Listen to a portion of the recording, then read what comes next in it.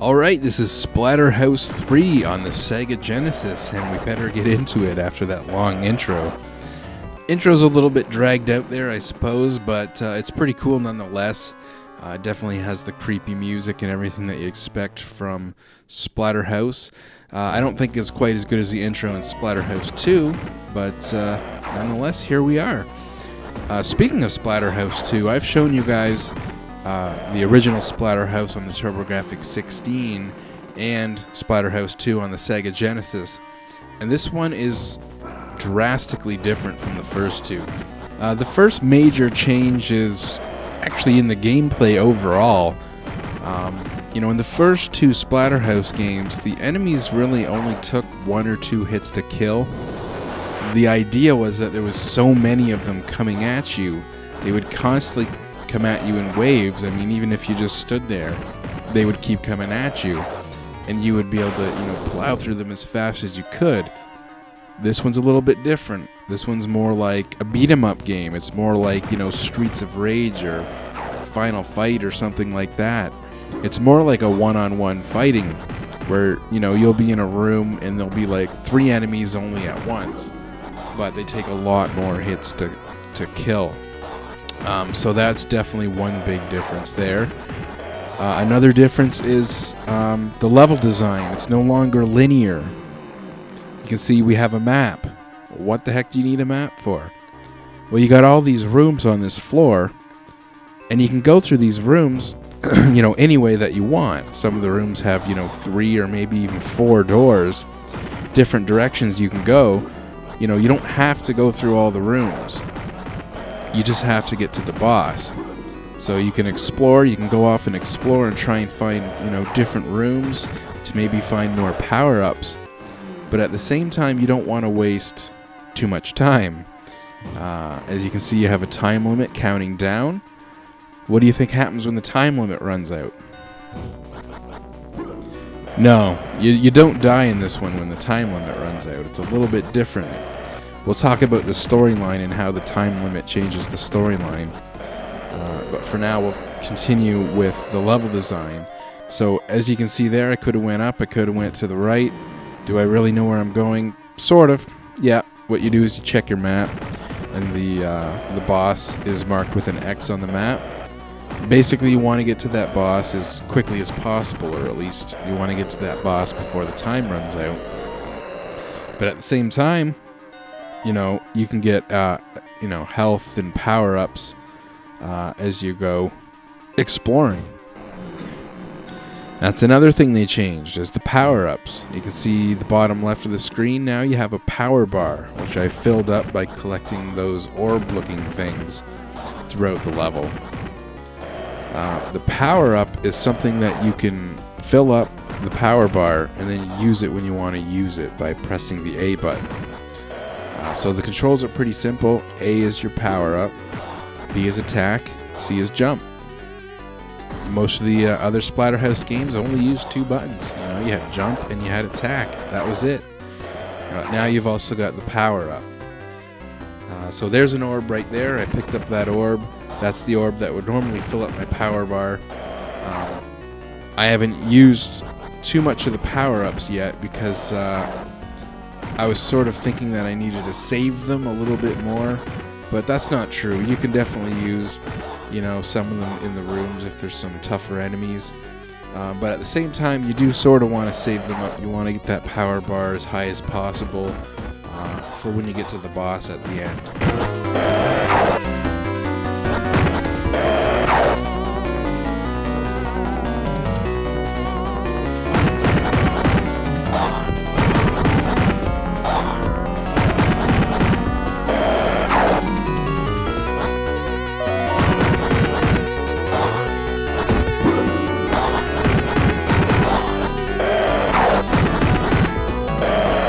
So here's the first boss right here.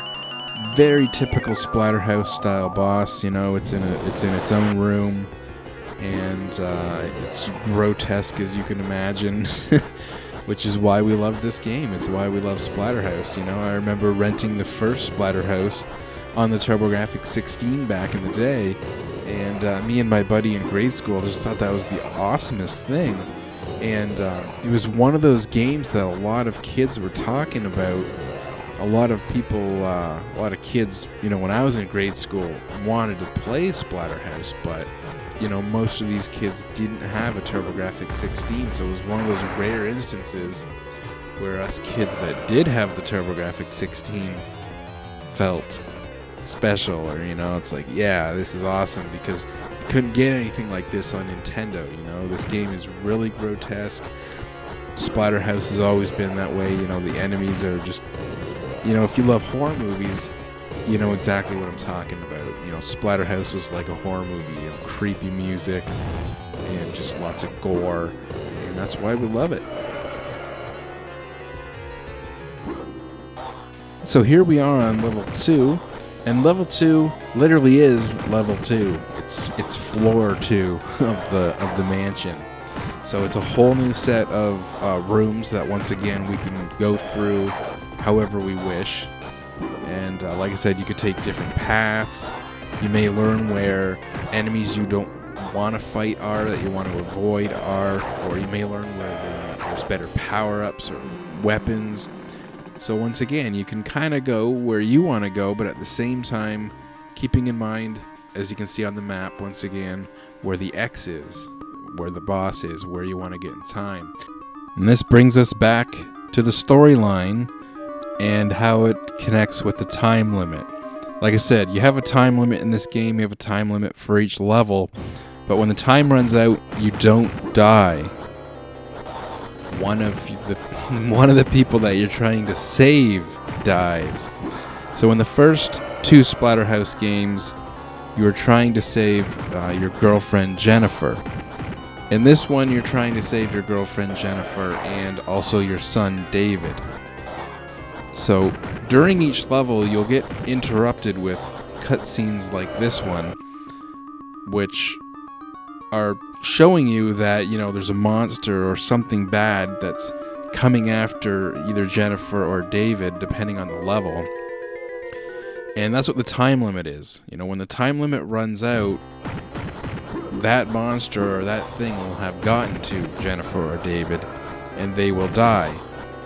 When they die, you don't die. The game still goes on. You can beat the game without having saved either Jennifer or David, but you'll get a different ending. So there's essentially 4 endings in this game. You know, there's the worst ending if you don't save either of them.